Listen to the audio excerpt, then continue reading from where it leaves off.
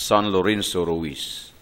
Nataw si San Lorenzo Ruiz sa Banabana tuig 1600 ngadto sa 1610. Kay nawala ang papelita sa iyang pagkatao ug bunyag.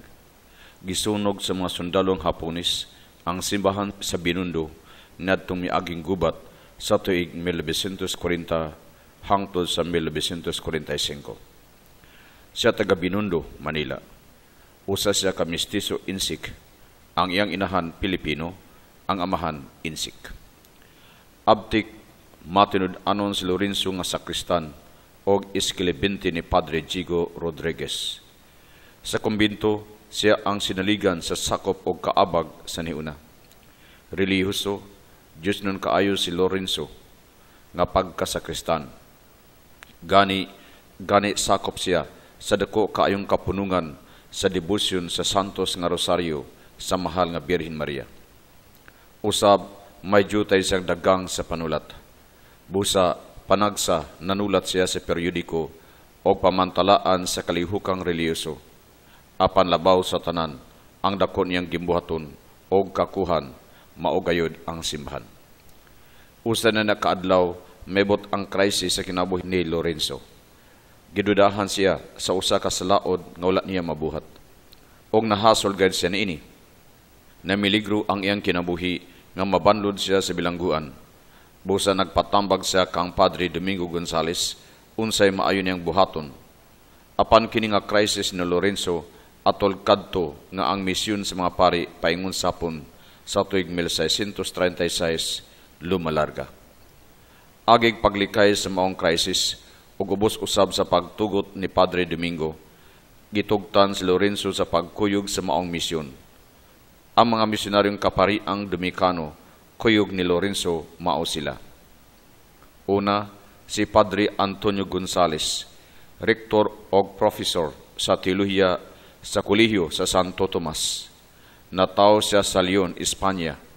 Sukad pa siyang pagkagamay, dana siyang may damgo sa pagka-misyonaryo alang ni Kristo.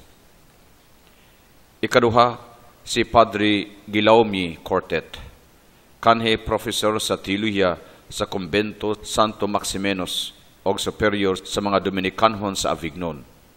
Nataw siya sa tuig 1591 sa Visiers, Francia. Gipadala siya sa Madrid o gitakda nga ipadala siya sa Hapon o giusab ang iyang ngalan ngadto sa Fray Tomas de Santo Domingo. Miabot siya sa Manila. Samtang nagpaabot siya pagbiya paingon sa Hapon, nagtudloon na siya taghuwat sa Kolehiyo Santo Tomas og teolohiya. Ikatulo, si Fray Miguel de Ausarasa. Nataw siya sa tuig 1598 sa lungsod sa Basque, Gipuzkoa, Espanya.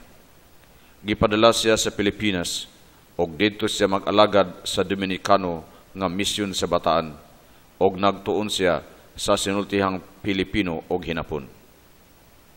Ang ikapat, mao si Fray Vicente Shiwasuka de la Cruz. Nataw siya sa Nagasaki, Hapon. Ang iyang mga ginikanan, Kristohanon. Nagtuon siya sa mga Hiswita sa Nagasaki og aktibo siya pagpanudlo sa katesismo. Sa tuig 1614, gipalagpot siya sa Hapon og miabot siya sa Manila nga wala hibawi. Dinhi sa Pilipinas, nahimo siyang pari. Human mapari, andam siya mo balik sa Hapon. Ang maong misyon, wala madugay, midunggo sa Okinawa. Atol niini ang misyon, ang mga Kristiyano gilutos pag-ayo sa mga Hapones. Busa, sila nga midunggo sa Okinawa, nagtakuban. Apan luyo niini, sila na matikdan nga mga Kristohanon. Busa, gisikop sila dayon. Gibilanggo, unya gidala sila sa Nagasaki. Didto gitaral sila sa mapiit kayo, og unya gihukman nga makasasala, gisilutan sila sa silot sa kamatayon. Sa wala pa ilusad ang suwab sa kamatayon sa tagsatag sa kanila, gikastigo sila sa naglainlaing paagi. Ang tuyo sa mga Hapones, aron kini mga Pilipinhong bihag, musalikway silang pagtuong Kristohanon. Apan bisan pa niya na, wala gyud nila isalikway ni ibugti ang ilang santos og balaang pagtuo sa kagawasan nga temporal lamang. andam ang tanan paghalad sa ilang kinabuhi sa kamatayon tungod sa ilang buhing pagtuo ni Kristo. Si Lorenzo nga usa lamang kalayko apan maisugong midawat sa kastigo kaysa isalikway niya si Kristo. Tungod niini gipatay silang tanan apil si Lorenzo.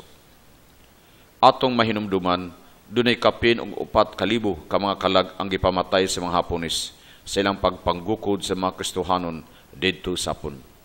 Og doon na lamay 205 ka kalag ang na-beatified sa simbahan. Kini nga gidaghanon walay labot pagani ang grupo nga gikuyugan ni Lorenzo.